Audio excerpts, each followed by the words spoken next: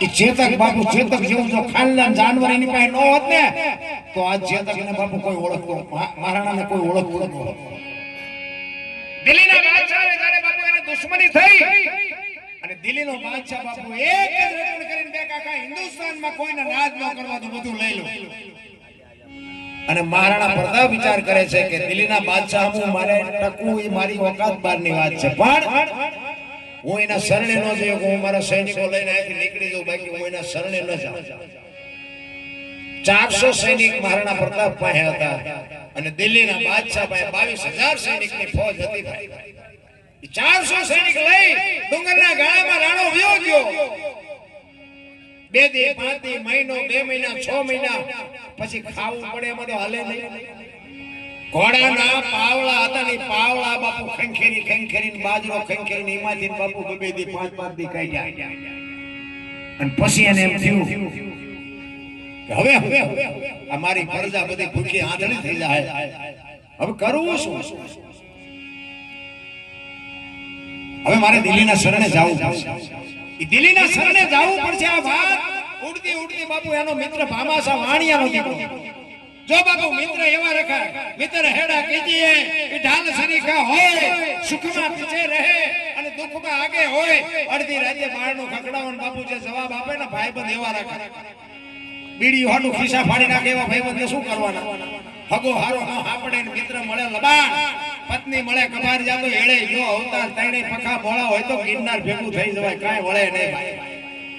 ભાઈ ભાઈમાં ઠેકાણા ન હોય, બૈરામ ઠેકાણા. આ તમે હમણાં હાથની હથેળીમાં રાખો અને તમે સુરેન્દ્રનગર બાજુ આવ્યા હોય અને હું એમ કહું હલો હલો અરે રોટલા ચા પાણી સિવાય જવાય, અને હું આમ ડેલા લઈ જાઉં અને રહોડામાંથી હાણી શું લોટા માટે ઉડવા મારે જીવવા જવું.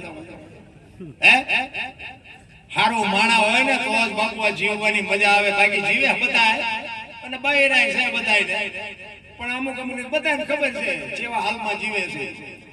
બહાર ધોકા પસારતા ઘરે જાય એટલે કદપ બકરું બે બાગ બકાલું સુધારવા કહી જાય. એટલે બહાર તો તમે ચાલ્યા રહેતા નથી, ઘરે ચમ રબડ જેવા થઈ જાય. હારું માણા જો ન હોય તો બાપુ જીવવાની કોઈ મજા જ ન આવે. અને આ ભક્તિ કરવી ને તમે કરવી હોય તો તમે કરજો, પણ માણા હારું હોય તો આ માર્ગે સડજો. નકર ડકા અમારે ત્યાં ભગત છે ને નામ ન દેવા, પછી ગાતો તો ભજન ગાતો, ગામમાં ભજન હતા, ભજન ગાતો હતો ને એમાં પડખે વાડી છે, વાડીમાં ઢોરા કર્યા. એમાં એની વહુ ને ઘરે કોઈ કહેવા આવ્યું કે મારી વાડીમાં ઢોરા છે. અને ભાઈ એ બેન બોલે એવું થાય એમાં ન બોલાય.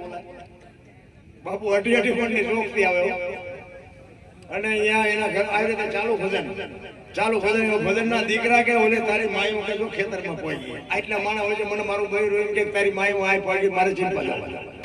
હે અરે આવું માણા હોય તો શું, ન હોય તો શું, મારા બાપ કાંઈ ફરક નથી પડતો. હું તો એમ કહું કે સંસ્કાર આ આપણે મોબાઈલ ખોલો તો આખી દુનિયાને ખબર હતી. આ તો હું એક તમારા સામે સમય પસાર કરું છું. આ મોબાઈલે જે આ દુનિયા બગાડવાનું કામ કર્યું છે ને, મને તો એમ થાય 10 વર્ષ 20 વર્ષ પછી છોકરો એમ નથી કહેવાનો કે મારા બાપા છે. તમારે લખવું હોય તો લખી લે. અને બાપુ એ ખોલો એટલે બધાને ખબર છે મારી પાસે શું માણસો બોલે છે. અમુક બેનો દીકરીઓ આમ કાનના કીડા ખરીદે એવું બોલે છે. હું તો એકલો વિચાર કરું કે આના મા બાપે અમને આવડા આ સંસ્કાર આપ્યા છે. આખી દુનિયાની બેનો દીકરીઓ સાંભળતી હોય, મહાપુરુષો સાંભળતા હોય, સાધુ સંતો સાંભળતા હોય. આ શું વિચારવાનું જો તો ખરા એવો બાપુ